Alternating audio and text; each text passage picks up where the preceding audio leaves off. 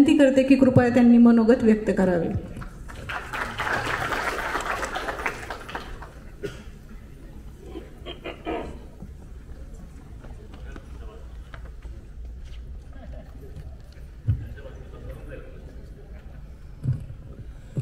शासन नावाचं जे कुटुंब आहे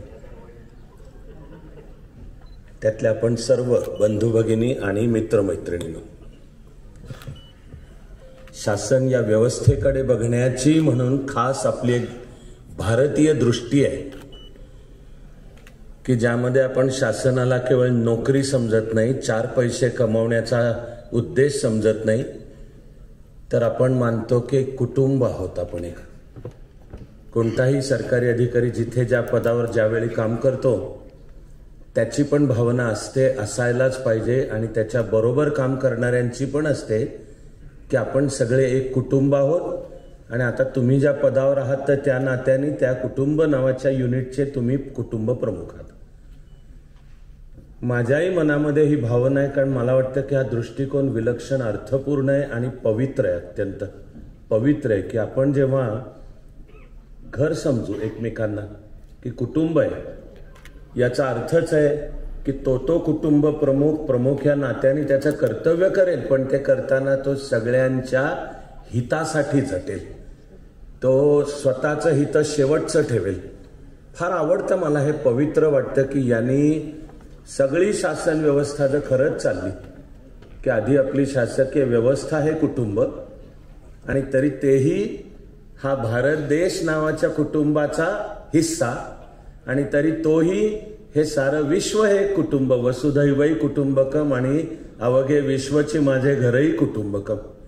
मला वाटतं की जीवनातला त्यात आनंद आहे. माझं मत आहे एकदम वैश्विक जागतिक आहे असे हे 2 हिरे, विश्वास पाटील आणि भारत सासरे.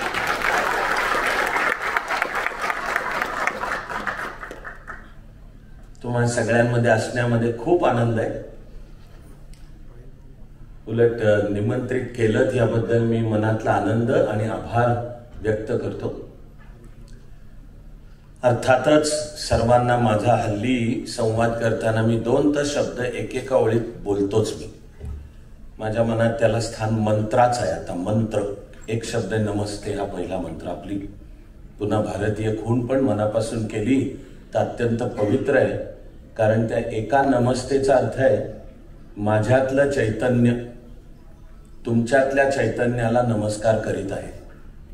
आणि मला त्याचाही जेव्हा जेव्हा विचार करतो तेव्हा तेव्हा वाटतं की मग याच्याही मुळाशी जाते संकल्पना की सर्वांमध्ये एकच एक चैतन्य भरलेलं आहे, आणि आपापल्या जीवनात आपण ते चैतन्य आपापल्या पद्धतीने व्यक्त करतो. शासकीय काम हे सुद्धा मग ते आपल्यातलं चैतन्य लोकांच्या हितासाठी व्यक्त करण्याचं माध्यम आहे, साधन आहे, जागा आहे, टेबल आहे, बंगला आहे. करू द्यात बाबा, माझं काय म्हणणं नाहीये, पण चाणक्य मंडल परिवार हा क्लास नाही. आणि मी सुद्धा माझी IAS माझं सोडून, म्हणजे माझं चाललं होतं मस्त, सुरू केलं. हे काय क्लास आणि 4 पैसे कमवत आणि पोरांना या या या आणि मग तुमचे फोटो छापून मी पुढे माझ्या घराला सोन्या चांदीचे पत्रे लावतो. मला तर वाटतं प्रशासन कळणाऱ्याला उलट कळेल की जर मला माझ्या घराला सोन्या चांदीचे पत्रे लावायचे असते तर उलटा मी IAS मध्ये थांबलो असतो. माझा मुद्दा आहे की जर सहज आम्ही नितीनशी थोडं बोलत होतो, मी म्हणालो की आता थोडं रिटायरमेंट नंतरही मुलांशी बोलायला बोलवी. आणि मग नितीनही म्हणाला की सगळ्यात आनंददायक आणि त्याच वेळी सगळ्यात मोठी जबाबदारी धोका आहे युवा पिढीशी संवाद, कारण ते कोण केव्हा काय विचारेलचं काय सांगता येत नाही.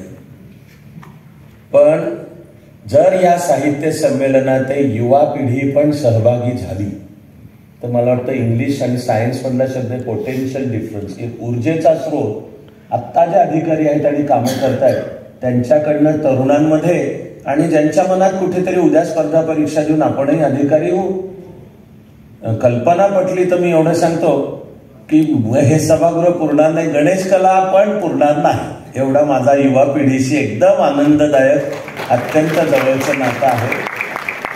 आणि आता हे चालू शैक्षणिक वर्ष माझं कामाचा राजीनामा 29वा आहे. जरा आकडे जरी मोजायला गेलो तरी मोठे येतील, त्याच्यात मी वेळ नाही. एवढं कानावर घालतो की पुढच्या वर्षीचं योजना करताना एकूण जर योग्य वाटलं, मनाला पटलं तर हे जरा आपण एकत्र करू आणि युवा पिढी त्याच्यामध्ये सहभागी होऊ शकेल. मातीत ज्यांचे जन्म मिळाले त्यांना थोडे उचलून घ्यावे, ही जबाबदारी आम्हा सगळ्यांवर आहे असं मला वाटतं. सेवेमध्ये असतानाही आणि सेवेच्या नंतरही. मी मगाशी म्हणालो की आमच्यावर बंधनं आहेत म्हणून आम्हाला जास्त परखडपणे लिहिता येणार नाही, बोलता येणार नाही, परंतु जे काही आम्ही लिहितोय ते लिहिताना जे आपल्या मनात आहे, जे आपण खरेखुरे आहोत, आपलं खरंखुरं व्यक्तित्वही त्यातून मला वाटतं प्रतीत झालं पाहिजे असं मला वाटतं. आणि बाबा बोरकरांनी जसं म्हटलेलं आहे की देखणे ते चेहरे जे प्रांजळाचे आरसे, प्रांजळपणे आपण आपलं लिखाण करत राहावं आणि या समाजाला मार्गदर्शन करत राहावं. पुढच्या पिढीमध्ये येणाऱ्या सर्व अधिकारी कर्मचाऱ्यांना मार्गदर्शन करत राहावं, दिशा दाखवावी आणि या समाजामध्ये सकारात्मक बदल होतील यासाठी आपण सर्वजण प्रयत्न करूया. एवढंच या प्रसंगी बोलतो. पुनश्च एकदा सर्व संयोजन समितीचे खूप खूप आभार. मला बोलवल्याबद्दल धन्यवाद. जय महाराज. धन्यवाद सर. शासकीय अधिकाऱ्यांनी सेवाभाव जागृत. मला एकदा कलेक्टर ऑफिस मध्ये ते म्हणाले, अरे आपण असं पडून वागायचं नसतं, हत्ती बसला तरी उंटापेक्षा तो उंच असतो. जाता जाता उदाहरण द्यायचे.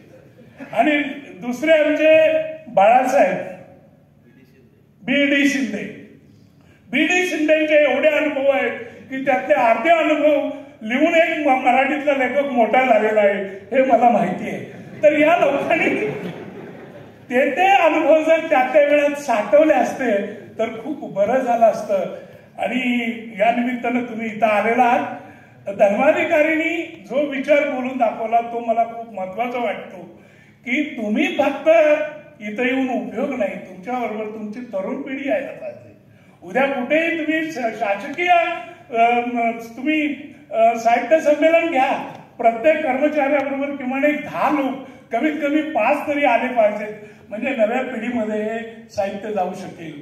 सध्या मला या निमित्तानं महत्वाची गोष्ट एक सांगायची आहे की साहित्याला, भाषेला आणि संस्कृतीला सगळ्यात मोठा जो शत्रू आहे तो आपल्या खिशामध्ये आहे आणि त्याचं नाव मोबाईल आहे. आपण मोबाईल घेतो आणि मोबाईलवरच आपलं आयुष्य चाललेलं आहे.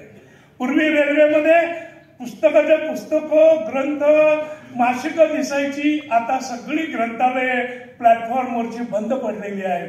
कुणाच्याही हातामध्ये तुम्हाला वर्तमानपत्र दिसत नाही. शेवटी लक्षात घ्या, विषाचा उपयोग हा औषधासाठी होतो, पण म्हणून संपूर्ण विष काय आपण प्यायचं नसतं. त्याचं काही प्रमाणात तो वापरून त्याचं पृथक्करण करून आपण ते विष घेतो. तर हे विष आहे, हे विष अमृतासारखं वापरू नका.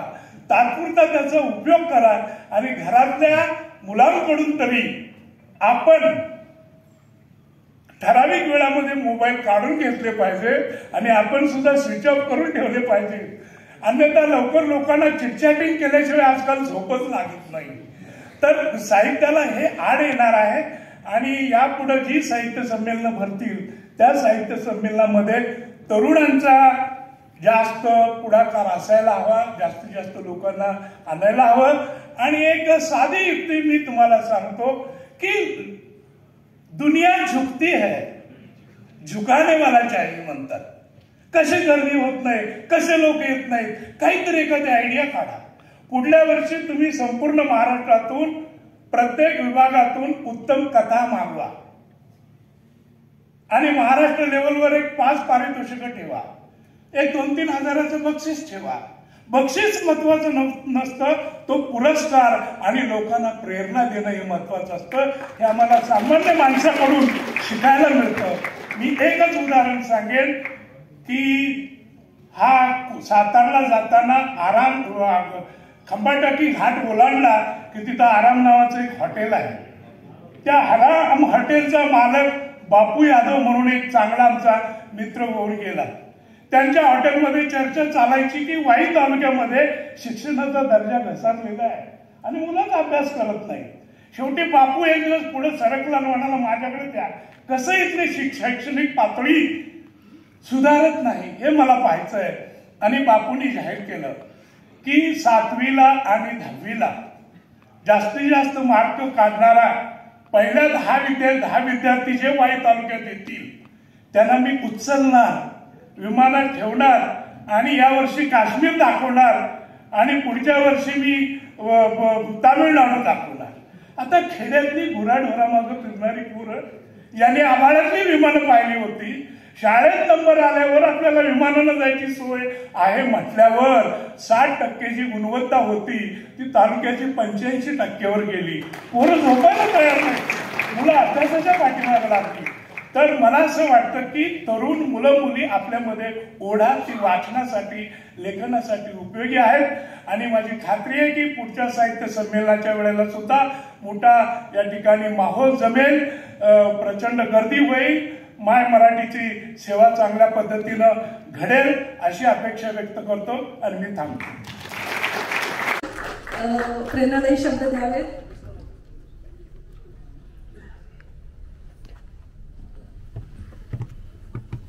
भारत सासणे साहेब आणि मित्रांनो नमस्कार. म्हणजे भारत सासणेंची मला मैत्री करायची नाही असं नाही, करायची आहे, पण माझी भेट झाली नाही त्यांची कधी. त्यांच्या पुस्तकातून झाली ती, परंतु प्रत्यक्ष झाली नाही. म्हणून सर्वप्रथम आपणा सगळ्यांना खूप शुभेच्छा, आपणा सगळ्यांचे धन्यवाद, आभार. अशा प्रकारचा एक कार्यक्रम या ठिकाणी घडवून आणण्याचा प्रयत्न आपण सगळ्यांनी केला. शासकीय अधिकाऱ्यांचं साहित्य संमेलन असं त्यातला मराठी शब्द मी मुद्दाम गाळला, कारण मला असं वाटत होतं की एक 4-5 का होईना मराठी खेरीज लिहिणारे शासकीय अधिकारी कर्मचारी असतील तर कदाचित त्यांचा समावेश पुढच्या संमेलनामध्ये करून घेण्यासाठी आपण त्याला फक्त शासकीय अधिकारी कर्मचाऱ्यांचं साहित्य संमेलन असं कदाचित म्हणू शकू. अर्थात दोन्ही गोष्टींचे प्रोज अँड कॉन्स आहेतच. मला जेव्हा शेखरनी सांगितलं किंवा वसंतराव बोलले तेव्हा मी विचार केला की माझा काय रोल असू शकतो या कार्यक्रमामध्ये. मी लेखक नाही, कवी नाही, मी लिहित नाही, कथा नाही, कादंबरी नाही, कविताही नाही. असं मग मी इथे काय करतो असा प्रश्न मला पडला होता. आणि अर्थात नोकरीच्या प्रत्येक ठिकाणी मला हा प्रश्न पडतो की मग मी इथे सेल्स टॅक्सला आलो तर माझा रोल काय, मी काय करणार आहे इथे. आणि तसं इथेही मला हा प्रश्न होता की मी काय, किंवा रजिस्ट्रेशनमध्ये सब रजिस्ट्रारच्या सगळ्या त्या गराड्यामध्ये मी नेमकं काय करणार असा प्रश्न पडतो. आणि तो इथेही होता. मग माझ्या असं लक्षात आलं की मी लिहित नसलो तरी मी वाचतो, भरपूर वाचतो. आता माझ्या घराचं शिफ्टिंग चालू आहे. म्हणजे मी आता माझं शासकीय घर सोडून स्वतःच्या घरात जाणार. स्वतःच्या म्हणजे अजून नाही, स्वतःच्या अजून 1 वर्षभर भाड्याच्या, परंतु नंतर स्वतःच्या. तर सगळ्यात जास्त म्हणजे स्पेस ऑक्युपाईंग काय असेल माझ्याकडे तर ते पुस्तक आहे सगळ्यात जास्त. आणि आता ती वेगवेगळ्या कपाटांमधून काढून बाहेर त्याचे बॉक्सेस भरण्याचं जे काम चालू आहे त्याच्यामध्ये. आणि हे साधारणपणे दर 3 महिन्यांनी वेगवेगळ्या लायब्ररीजना माझ्याकडून जे जातात ते सोडून जी आहेत माझ्याकडे तेवढी, तर ते असं त्याचा आनंद वाचनाचा जो आहे तो अर्थातच खूप वेगळा आहे. तर आज मी या ठिकाणी या कार्यक्रमामध्ये म्हणजे कार्यक्रमाचं उद्घाटन करण्यासाठी आणि एक वाचक म्हणून या ठिकाणी वाचणारा, आजच्या भाषेमध्ये आजची जी भाषा रूढ झालेली आहे त्याचा विचार केला तर उपभोक्ता, तुम्ही जे प्रोडक्ट तयार करताय, विकताय, लोकांच्या समोर आणताय, त्याचा मी एक उपभोक्ता, त्याचा मी एक कन्झ्युमर आहे. आणि वाचक ते कन्झ्युमर, वाचक ते उपभोक्ता हा जो प्रवास गेल्या काही वर्षांमधला आहे तो जाणवण्या इतपत आहे. तो जाणवतो तो की आजचं जे लिखाण आहे ते त्या कन्झ्युमेरिझमशी निगडीत असं लिखाण होताना सातत्याने वाटतं. सकाळीही मी कार्यक्रम सुरू होण्यापूर्वी आनंदशी बोलत होतो, आनंद अवधानीशी, की काय बदललंय गेल्या 25 वर्षामध्ये. मला असं वाटलं की अनुभव 15 वर्ष ते करतायत. मी आपलं 10-15 वर्षात काय बदललं असं विचारल्यावरती आनंद थोडा नाराज झाला. आहे का दिसतो? नाही, गेला मग जाताना दिसला मला. तर तो म्हणे 25 वर्ष करतोय मी. तर ते 25 वर्षामध्ये काय बदललं, तर मला जे वाटत होतं की आणि त्याचं त्यांनी दुजोरा दिला की वेदनेतून एक आग, खूप झालेला त्रास, या सगळ्या गोष्टींमधून आलेलं, किंवा त्याच्याबद्दल म्हणजे स्वतःला जरी झाला नाही तरी दुसऱ्याला झालेला तो अनुभव आणि त्याच्याबद्दलची सेन्सिटिव्हिटी, याच्यातून जे लिखाण झालेलं होतं तसं आता फारसं होत नाही असं माझा समज आहे. माझं मराठी वाचन खूप नाही, हे मी डेफिनेटली आपल्यासमोर सांगतो. मी इंग्रजी जास्त वाचतो, मराठी त्या मनाने कमी वाचतो.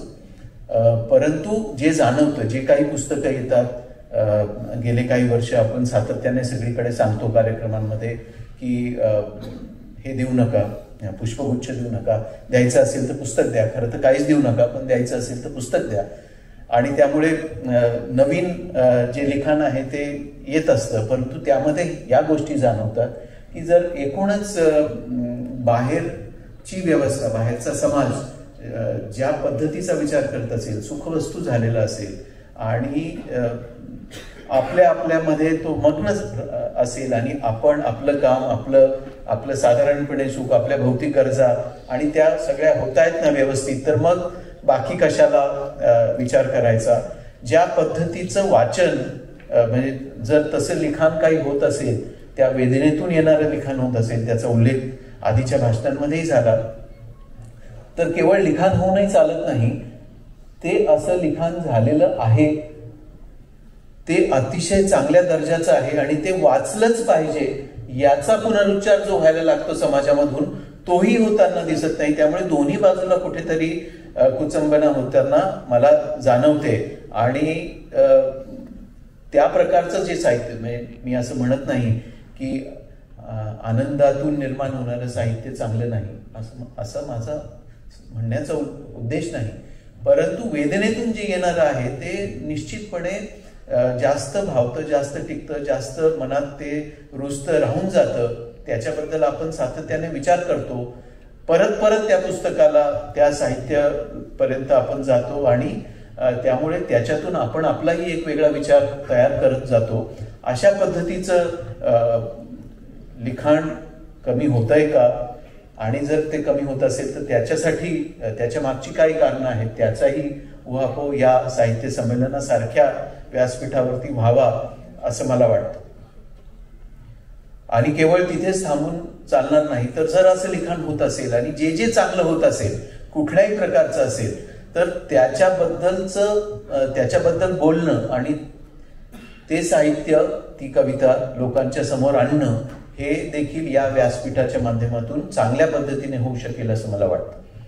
शासकीय अधिकारी साधारणपणे मला असं वाटतं की 3 प्रकारची साहित्य निर्मिती करतात. एक मेमोयर, आत्मकथनपर लिखाण करतात. मला स्वतःला असं वाटतं की त्याला खूप मर्यादा आहे, म्हणजे त्याला वाचक वर्गही मर्यादित आहे आणि त्या लिखाणालाही मर्यादा आहे. दुसरा जो आहे प्रकार तो फिक्शन आहे. तो फिक्शन म्हणजे कदाचित काही घटनांचं फिक्शनलाइज्ड व्हर्जन असेल किंवा प्युअर फिक्शन असेल, कथा, कादंबरी. त्याच्यासाठी जे टॅलेंट लागतं, असे टॅलेंट असणारे आपण सगळे लोक अर्थात इथे आहात. आणि त्यातून ज्या कथा, कादंबऱ्या येतात, कारण त्यांना आलेले जे अनुभव आहे, ज्याचा उल्लेख या ठिकाणी झाला, त्या अनुभवातून आलेलं हे सगळं लिखाण या प्रकारचं असतं. तिसरं अर्थात कादंबरी आणि तिसरं अर्थात कविता. त्याचंही मोठ्या प्रमाणात, म्हणजे बऱ्याच ठिकाणी मला दिसतं की चांगली पुस्तकं येतात. एवढ्यामध्ये 2 शासकीय अधिकाऱ्यांच्या काव्यसंग्रहाच्या प्रकाशनाला मी गेलो होतो, त्यामुळे त्यातही चांगलं येतं आहे. तर ते सगळं लोकांपर्यंत पोहोचणं आवश्यक आहे. काही एक लोक वेगळ्या एक गोष्टी लिहितात आणि त्या मला जास्त आवडतात की त्या अनेक्डोटल परंतु त्याच्यातून एक थोडासा वेगळा एक मोठा अनुभव, म्हणजे केवळ तो अॅनेक्डोट, ती घटना असं नाही. शेखर ज्या पद्धतीचं लिहितो, किंवा परवा आमच्या एका सब रजिस्ट्रारने एक पुस्तक लिहिलं, खरटमल त्यांनी पुस्तक लिहिलं अॅनेक्डोटल. म्हणजे खरं म्हणजे अॅनेक्डोटल पुस्तकांना फार व्हॅल्यू नसते, कारण तो अॅनेक्डोट तेवढ्या पुरता असतो. परंतु काही लोकांना ते जमतं की त्या अॅनेक्डोट मधून एक लार्जर एक्सपिरियन्स लोकांच्या समोर मांडणं, आणि त्याच्यातून एक वेगळा विचार लोकांना समजेल आणि त्यांना तो पटेल अशा पद्धतीचा त्या अॅनेक्डोटचा विचार करून. तर ते एक वेगळी आणि चांगली शैली आहे शेखरची, जशी आहे तशी. या प्रकारचं हे सगळं लिखाण शासकीय अधिकाऱ्यांच्या, कर्मचाऱ्यांच्या माध्यमातून होताना दिसतंय. हे आणखीनही होत राहील आणि निश्चितपणे चांगलंही होत राहील. दोनच गोष्टी मला असं वाटतं जपायला लागतात, आणि त्या जर अधिकाऱ्यांनी, ज्यांच्यामध्ये ते लिखाणाचे गुण आहेत, अशा अधिकाऱ्यांनी दोन गोष्टी जर जपल्या, एक त्यांची सेन्सिटिव्हिटी कायम ठेवली, की जे सुरू आहे, जे चालू आहे, ज्याचे ते साक्षीदार आहेत, जे त्यांना दिसतं, जे ते वाचतात, त्याच्याबद्दलची जी सेन्सिटिव्हिटी आहे, की काय चाललंय, त्याच्याबद्दल मला काय वाटतं, म्हणजे प्रत्येक गोष्टीबद्दल काहीतरी मनाला वाटणं, याची जी सेन्सिटिव्हिटी आहे ती जर कायम ठेवली आणि सिनिकल झाले नाही की ह्यात काही उपयोगच नाही, हे काही होणारच नाही, हे बोगसच आहे, हे सगळं असंच आहे आणि असंच राहणार आहे, अशा पद्धतीचा जर सिनिसिझम ठेवला नाही, या दोन गोष्टी जर सांभाळल्या, तर ज्यांच्यामध्ये उपजत गुण आहेत त्यांना अतिशय चांगल्या प्रकारचं लिखाण निश्चितपणे या शासकीय अधिकाऱ्यांच्या, कर्मचाऱ्यांच्या प्लॅटफॉर्मच्या मदतीने, त्यांना येणाऱ्या अनुभवाच्या मदतीने, त्यांना इतक्या प्रकारचे लोक भेटतात की केवळ व्यक्तीचे चरित्र लिहायला बसले तरी एक 10-12 पुस्तकं एक माणूस लिहीन, अशा पद्धतीच्या लोकांच्या भेटीगाठी होत असतात. दिवसाला 100-200 लोक कुठे भेटतात कुणाला, आणि प्रत्येकाची कहाणी वेगळी आणि प्रत्येकाचा स्वभाव वेगळा, आणि त्याच्यातून काहीतरी निश्चितपणे चांगलं निर्माण होऊ शकतं. फक्त या दोन गोष्टी जपणं गरजेचे आहेत. सेन्सिटिव्हिटी सुटली आणि सिनिसिझम आला तर मात्र काहीही चांगलं निर्माण होऊ शकेल असं मला वाटत नाही. कदाचित कामच चांगलं होणार नाही, तर बाकी साहित्य निर्मिती वगैरे तर हे फार नंतरचे प्रश्न आहेत. या दोन गोष्टींची दखल आणि काळजी सर्व तरुण लेखक, लेखिका जे या ठिकाणी आहेत किंवा या कार्यक्रमाच्या निमित्ताने पुढच्या चर्चासत्रांमध्ये सहभागी होणार आहेत त्यांनी घ्यावी. आपल्या सगळ्यांच्या या साहित्य निर्मितीला माझ्या खूप खूप शुभेच्छा. हे व्यासपीठ पुणे महानगरपालिका आणि आपण सगळ्यांनी एकत्रित येऊन निर्माण करून दिलं आणि या एका अतिशय चांगल्या कार्यक्रमाची सुरुवात झाली. दरवर्षी ते होईल, कदाचित वेगवेगळ्या शहरांमध्ये होईल आणि हे अर्थात जिथे आधीपासून तयारी होईल आणि कदाचित छोटा हॉल किंवा जास्त लोक याच्यापैकी एक काहीतरी आपण जुळवून आणू, अशा पद्धतीने हे कार्यक्रम अधिक चांगले होतील, अधिक जास्त लोकांपर्यंत पोहोचतील आणि जे चांगलं लिखाण होत आहे ते जास्तीत जास्त लोकांपर्यंत पोहोचेल हा एक भाग.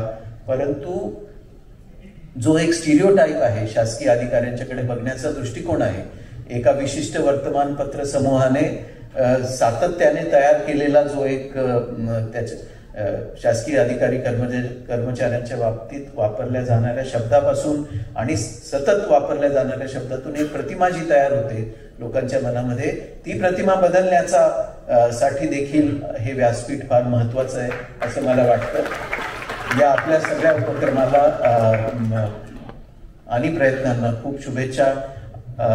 आपण या कार्यक्रमासाठी मला वाचक म्हणून वाचकाच्या वतीने, कारण शेवटी तुम्ही जे करत आहात ते प्रातिनिधिक स्वरूपात माझ्यासाठी करत आहात, म्हणजे मी असं समजतो की इथे उपस्थित सर्वजण लेखक लेखिका काहीतरी आहेत म्हणून या कार्यक्रमासाठी आहेत, तर प्रातिनिधिक स्वरूपात वाचक म्हणून मी तुमच्या समोर आहे. माझी अपेक्षा तुमच्या समोर थेट मांडण्यासाठी तुम्ही मला संधी उपलब्ध करून दिली, त्याबद्दल आपल्या सगळ्यांचे धन्यवाद, आभार. धन्यवाद साहेब. ज्याप्रमाणे सचिन तेंडुलकरकडे कोणताही बॉल टाकला तरी त्याची फटकेबाजी ही प्रेक्षकांसाठी आनंददायी असते. तसेच सर जरी आपल्याला किती म्हणाले की कथा कविता याच्याशी लेखनाशी त्यांचा संबंध नाही, तरी मूळचे सर इतके वैचारिकरित्या प्रबल आहेत की त्यांनी जे आज मार्गदर्शन केलंय, साहित्य निर्मिती, साहित्याचा मागोवा आणि सरकारी अधिकारी किंवा कर्मचारी यांची भूमिका, हे निश्चितच अत्यंत प्रेरणादायी आहेत. धन्यवाद सर. यानंतर प्रशासनावर आधारित शासकीय कामकाजाच्या साहेबांना मी विनंती करते की त्यांनी अध्यक्षीय भाषण करावे.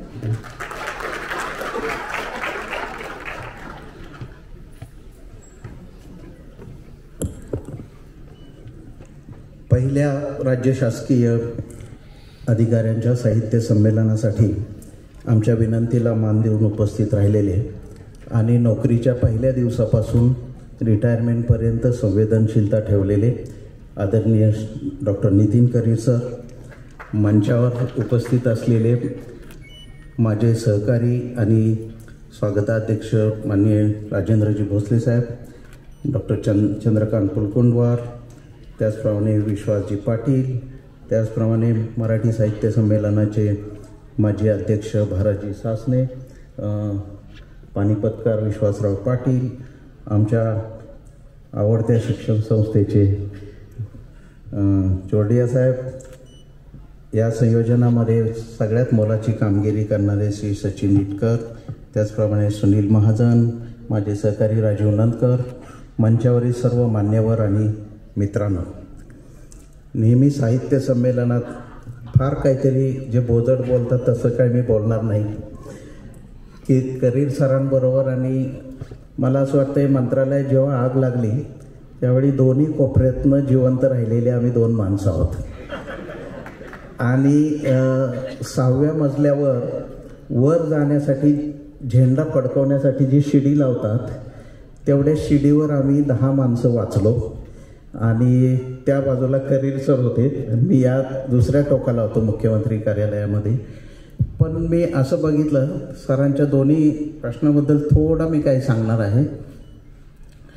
सर, मी अनेक पुस्तकालयात जेव्हा जातो तेव्हा जो पहिला फीडबॅक आत्ता येतोय तो हा आहे की सगळी कपाटं, कॉन्टिनेंटल मला म्हणतं की सगळी कपाटं जी कथा कादंबऱ्याची सगळ्यात पुढे होती ती आम्ही आता मागे टाकली आहेत, सगळी ज्ञानाची पुस्तकं पुढे आणली आहेत. त्याच्यातनं 2 गोष्टी दिसतात की नवी पिढी जरा प्रॅक्टिकल आहे. रोमॅन्टिसिझम, कथा कादंबऱ्या, इमॅजिनरी जगात त्यांना काही आवडत नाही आहे. माहितीची पुस्तकं पाहिजेत, स्टॉक एक्सचेंजवर पुस्तकं पाहिजेत, बरोबर आहे, ज्ञानाच्या नव्या शाखा जोडणारी पुस्तकं पाहिजेत. म्हणून या निमित्ताने आपण असा सर्वंकष विचार केला आहे की आपण मराठी साहित्यामध्ये जेव्हा अभिजात दर्जा मिळतो आहे त्यावेळी एक मोठं आव्हान जे सगळ्यात अगोदर सरकारी अधिकाऱ्यांनी पेलवलं पाहिजे ते यासाठी की तुम्हाला अनुभव फार आहे.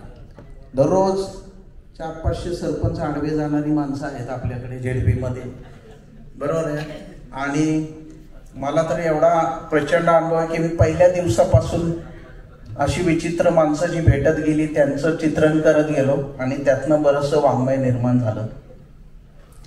37 वर्षाचं प्रशासकीय काम केल्यावर आणि राज्यातल्या 2 मुख्यमंत्र्यांच्या बरोबर फार जवळून काम केल्यानंतर मला दोन्ही शासकीय विचार आणि राजकीय विचार हे दोन्ही मला माहिती आहे.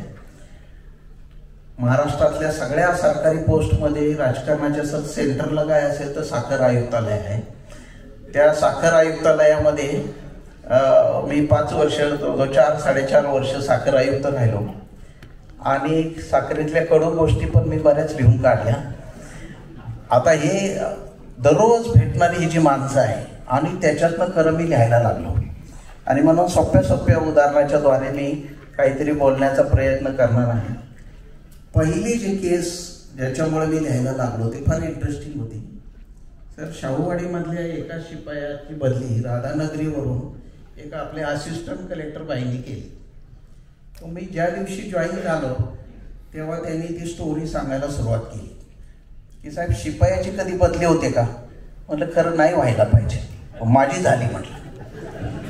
मला पहिला शिपाई म्हणला की माझी एका तालुक्यातून दुसरीकडे बदली झाली. म्हटलं अशी का करतील ते, अचानक काही बदली व्हायचं कारण नाही. मला एक निनावी तक्रार आली ते बाईंनी काय ऐकलं नाही, एक झाड तोडून लाकूड घरात ठेवलंय असं काहीतरी तक्रार होती. तर मी त्यांच्या पाया पडलो. माझी 4 मुलं आहेत, मी राधानगरीहून एसटीने अपडाऊन करतो, मला 115 रुपयातला 65 रुपये पगार एसटीने जाण्या यायला जातो, तर मी जगणार कसा, असा त्याचा प्रश्न होता. पण ही गोष्ट तो मला दररोज जेवण वाढताना सांगायचा आणि त्या शेवट त्या गोष्टीचा फार मजेशीर होता. तो आता साहेब मला मुलं बाळं आहे तरी एवढा खर्च होतो आणि ह्या बाई माझं ऐकत नाही, याचं कारण आहे त्यांचं लग्न झालेलं नाही.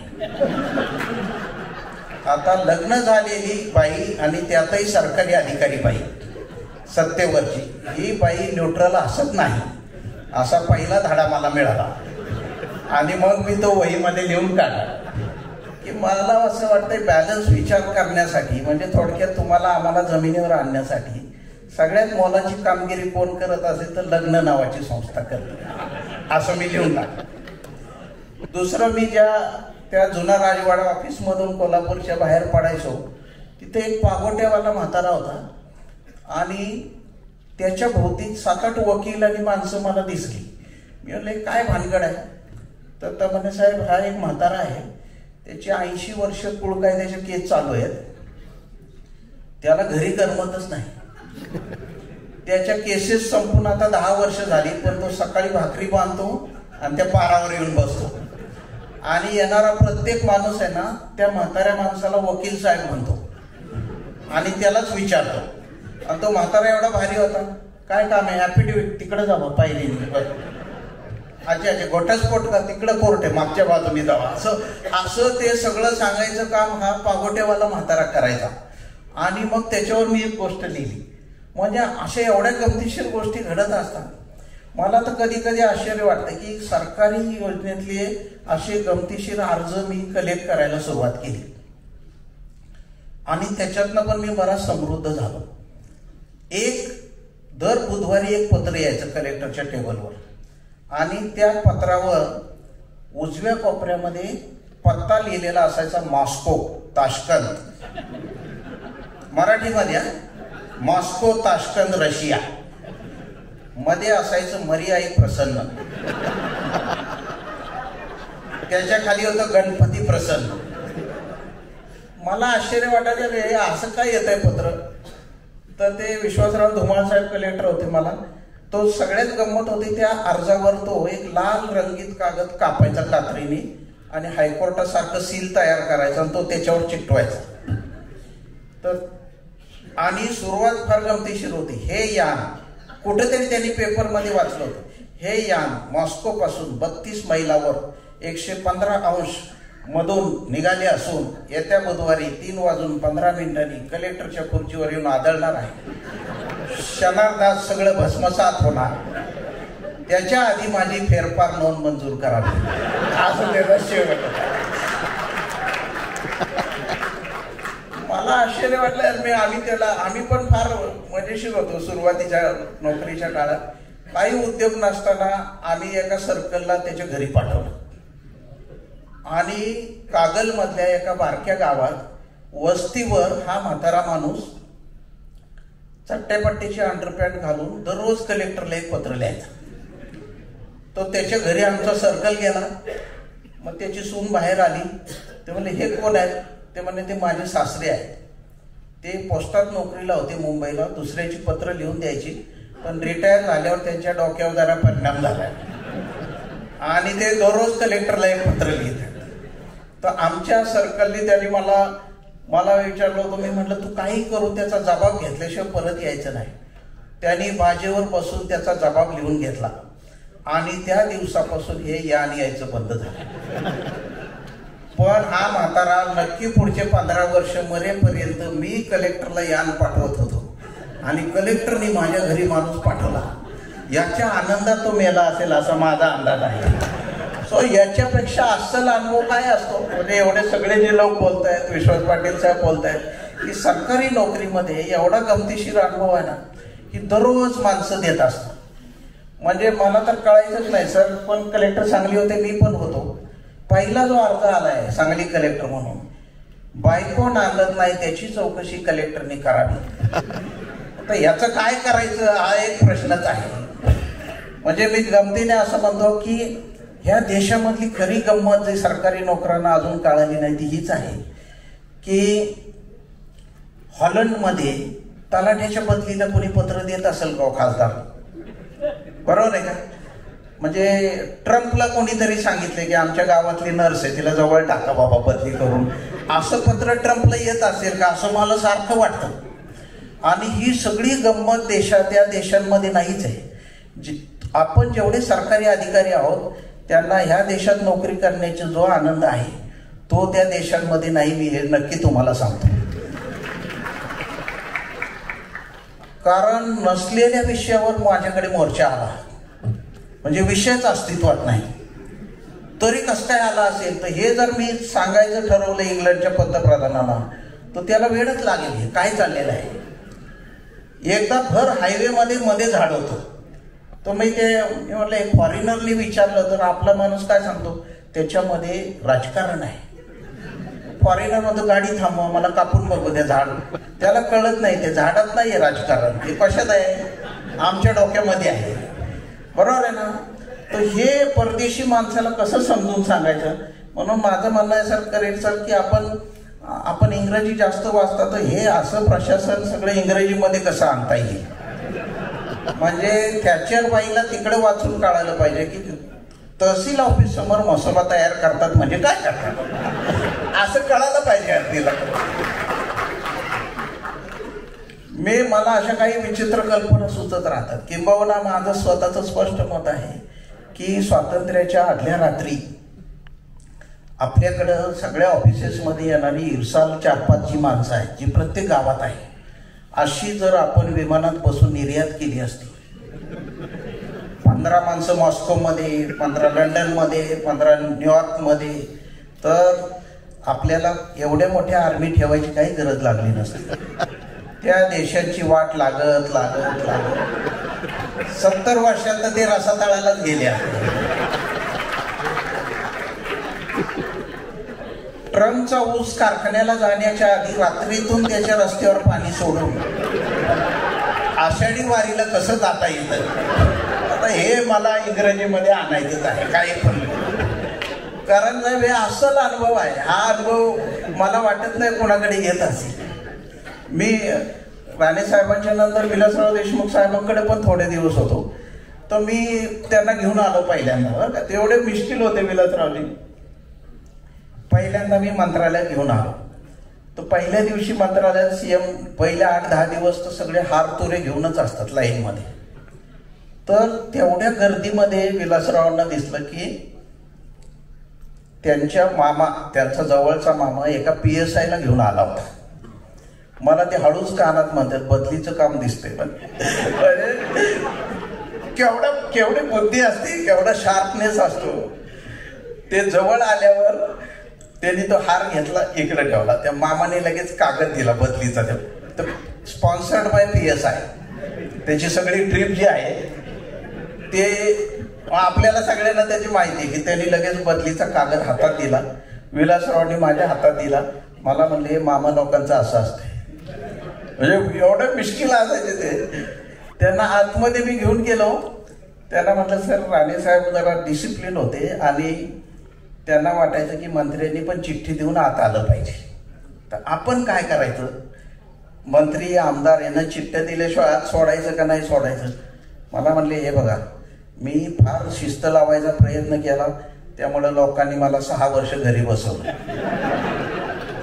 त्याच्यामुळे असं करा जे येईल त्याला आतमध्ये पाठवून द्या. पण त्याच्या पुढे एक मजेशीर वाक्य म्हणलं, पण येणारा कुठलाच आमदार मंत्री हे माझ्या खुर्चीकडे वळून बघणार नाहीत आणि इथं तर अजिबात बसणार नाही, याची जबाबदारी तुमची राहणार. एवढा मिश्किल जे लोकप्रतिनिधी असतो ते सरकारी अधिकाऱ्यांना का होता येत नाही?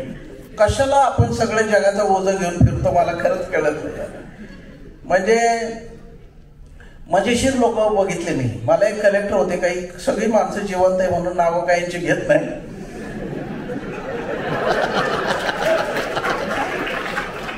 मला एक कलेक्टर होते सर सोलापूरमध्ये, एक सिनियर माणूस 55 वर्षाचा डेप्युटी कलेक्टर. मला म्हटलं साहेब 3च माणसं आहे माझ्या ऑफिसमध्ये, त्यातला शिपाई बाहेर आहे, त्याला बेल तापली तरी त्याला ऐकू जात नाही, मग मीच बाहेर जातो आणि त्याला बोलून आणतो.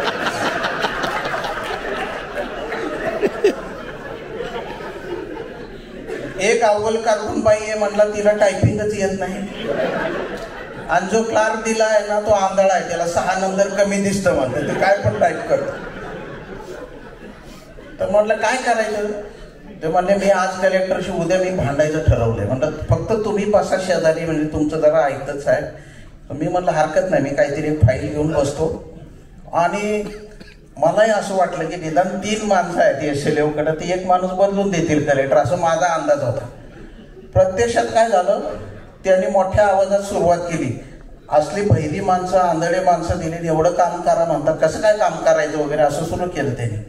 मला असं वाटलं कलेक्टर मध्ये ठीक आहे एक माणूस बदलून देऊ, तसं काय झालंच नाही. कलेक्टरनी बेल दाबली, त्याचा शिपाई आला कलेक्टरचा, ते म्हणले हा पंखा बंद करावा. त्या शिपाईला काय बुद्धी सुचली, त्याने पंखा मोठा केला.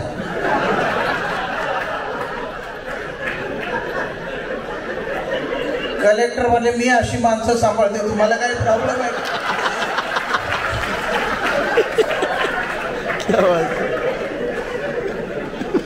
तर नोकरीच्या फार सुरुवातीला मी हा लेसन शिकलो की आपल्या सगळ्या सोयीची माणसं असतील तरच काम यशस्वी होतं, हे जीवनाचा महत्वाचा सिद्धांत मला एका कलेक्टरने शिकवला इनडायरेक्टली. तर आपण खरं म्हणजे काही एवढं टेन्शन घ्यायची गरज नाही.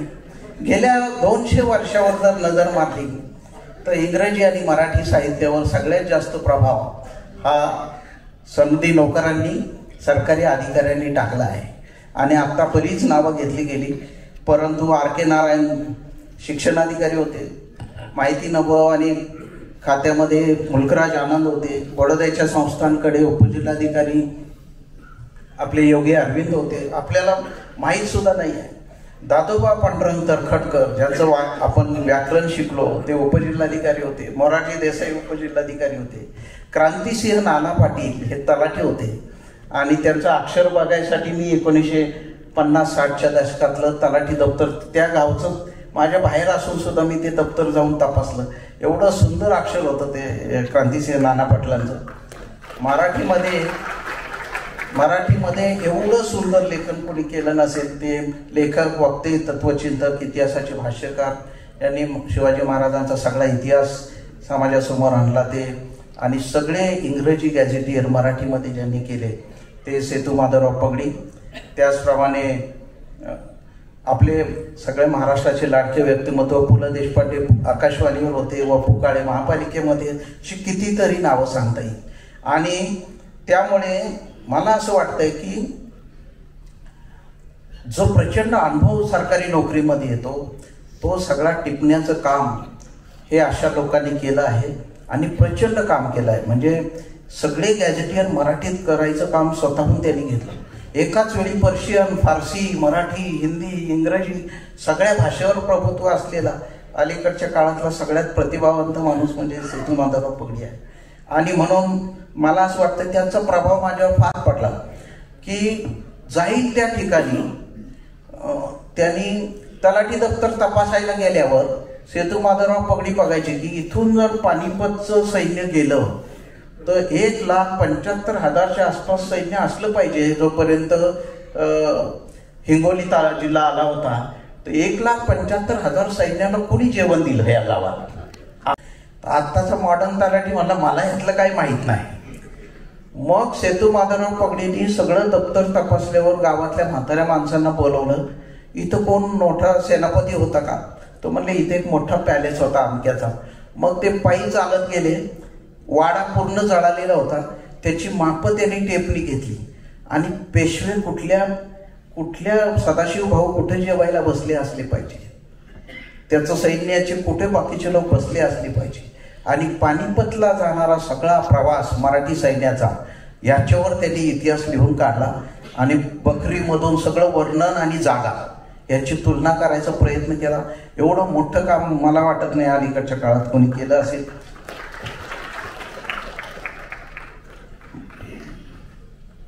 अनेक आपल्याला असे विचित्र अनुभव येतात आणि या सगळ्याचं एक मजेशीर पुस्तक मी आत्ता माननीय पृथ्वीराजजी चव्हाण साहेब यांच्या हस्ते केलं या वर्षाच्या सुरुवातीला बालगंधर्वमध्ये. त्याचं नाव आहे प्रशासकीय योगायोग. म्हणजे मला असं वाटलं सरकार म्हणजे काय, ते 200-400 शब्द काढले मी. सरकार म्हणजे बदली, सरकार म्हणजे प्रमोशन, त्यांनी येणारं दुःख, प्रमोशन दुःख योग, बरोबर आहे, मार्चेल योग, बधीर शिपाई योग. म्हणजे असे आपल्याकडं आजूबाजूला एवढे योगायोग भरलेले आहे की मी त्याला फिक्शन फॉर्म देण्यासाठी योगायोग असं म्हटलं. आणि उदाहरणार्थ मार्चेंट योग म्हणजे काय, मार्चेंटला मंत्री आले, त्यांनी रेस्ट हाऊसला एक झाड लावले, दुपारी एक बकरी आली, तिने ते झाड खाऊन टाकले. रात्री मुक्कामाला मंत्री आले, त्यांनी बकरीला खाऊन टाकले. ऑडिट झाले, मार्चेंट संपला.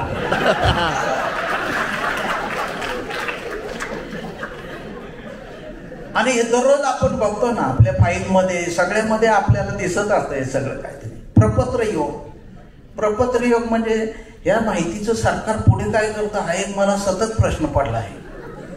म्हणजे युक्रेनचा निषेध करणारं वडगाव गावातलं निवेदन सोलापूरला कलेक्टरला दिल्यावर माननीय मुख्य सचिव म्हणून सरांना मी एकदा विचारणार आहे शांताबाई, या युक्रेन निवेदनाचं महाराष्ट्र शासन काय करते.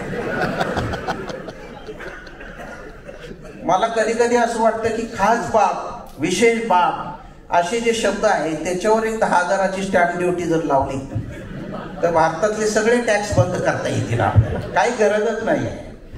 आणि काय काय लोक करतायत प्रपत्र योगामध्ये. मी बघता एकदा पृथ्वीराज चव्हाण साहेब मला म्हणले आपल्याला परवा दिवशी सोलापूरला जायचं, कोण कलेक्टर आहे, तर ती एवढी नावं काही लक्षात राहत नाही. म्हणून मी त्या टेलिफोन ऑपरेटरला म्हणलं अरे सोलापूर कलेक्टरचं नाव आणि नंबर मला पाठव. मी मंत्रालयात आम्ही दोघंही जाईपर्यंत त्याचं एक प्रपत्र तयार झालं होतं. जिल्ह्याचं नाव, जिल्हाधिकाऱ्याचं नाव, ते कधी रुजू झाले, ते केव्हापासून तिथे आहे. निम्म्या कलेक्टरला भेट लागला, अरे आम्हाला त्यांनीच नेमलंय ते आम्हाला का विचारतंय. आणि हे प्रपत्र योग म्हणजे आयुष्यभर 5वीला पोचलेला आहे. माझ्या नोकरीला एकदम सुरुवातीला हा प्रपत्र योग वाटायला आला. मी ॲग्रिकल्चरला थोडे दिवस होतो, त्याच्यामध्ये त्यांनी कुठल्या तरी एका प्रमुख अशासकीय सदस्याच्या डोक्यात आलं की ॲग्रिकल्चर डिपार्टमेंट कोणती पण झाडं लावते त्यांनी चारा देणारी झाडं लावली पाहिजे. झालं, आधी 18 कॉलम होते, त्याच्यात 3 कॉलम वाढले. एकूण लावलेली झाडे OFDLD स्कीम मध्ये त्यातली जिवंत झाडे, त्यातली मेलेली झाडे, निव्वळ राहिलेली झाडे, त्यातली चारा देणारी झाडे. आता त्यावेळी काय होतं, ईमेल वगैरे नसल्यामुळे तारा पाठवताना त्या चाराचं झालं वारा.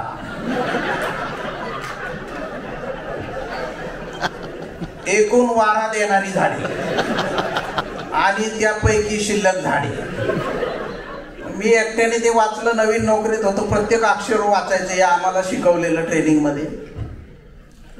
ते मी एकट्याने त्या कॉलम मध्ये लिहिलं, सोलापूर जिल्ह्यातली रोप ही 1 महिन्याचीच असल्यामुळे त्यातलं एकही रोप वारा द्यायला तयार नाही. त्याची बेरीज करणाऱ्या माणसाला त्याचा राग आला.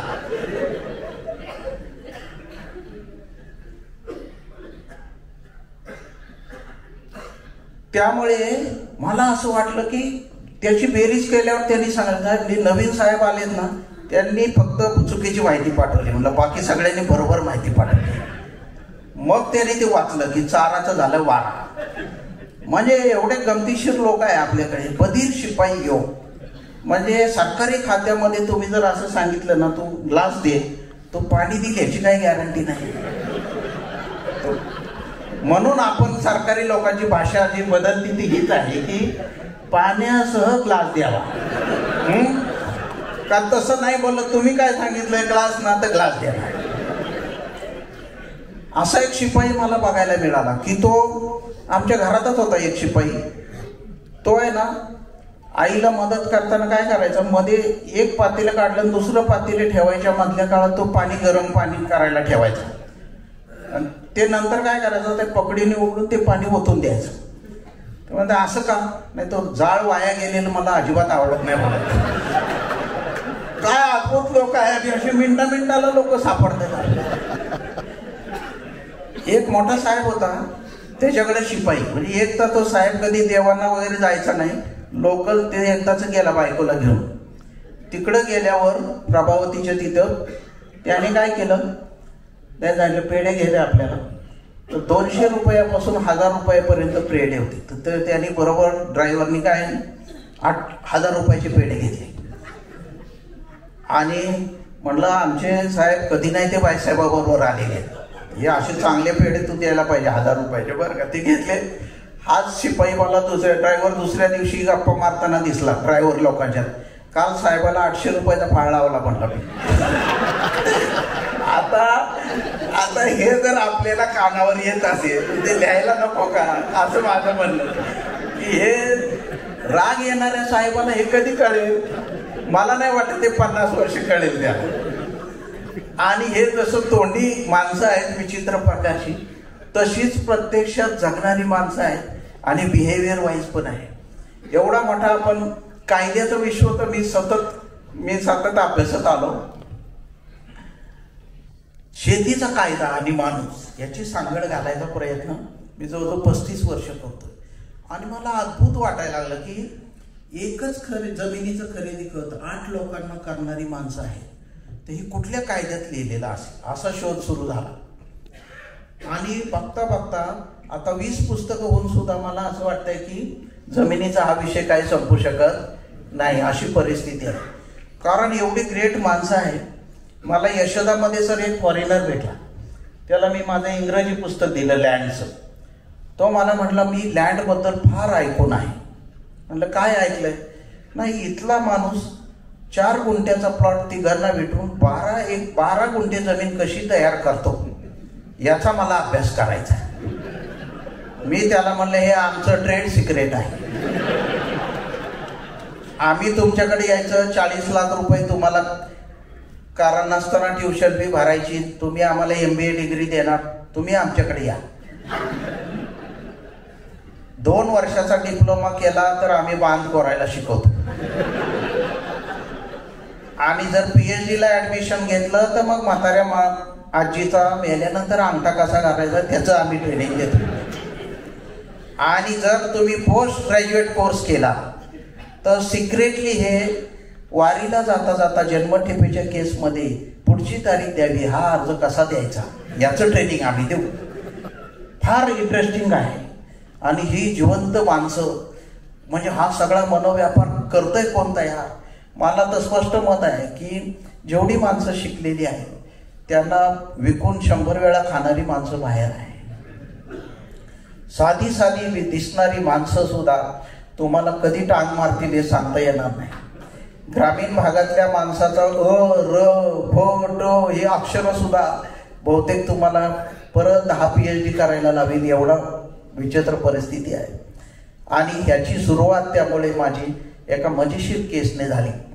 86 वर्ष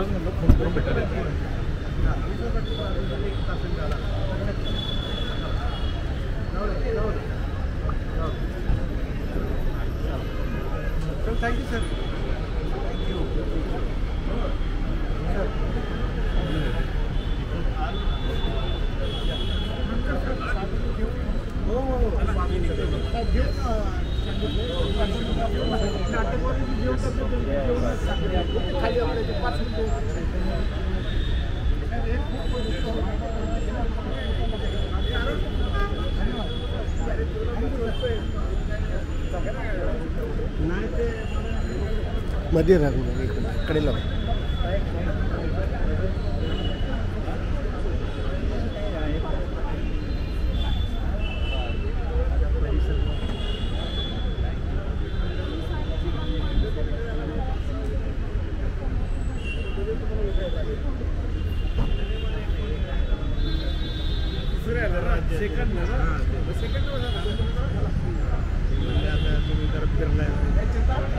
मध्ये ओ सर मीडिया आहे.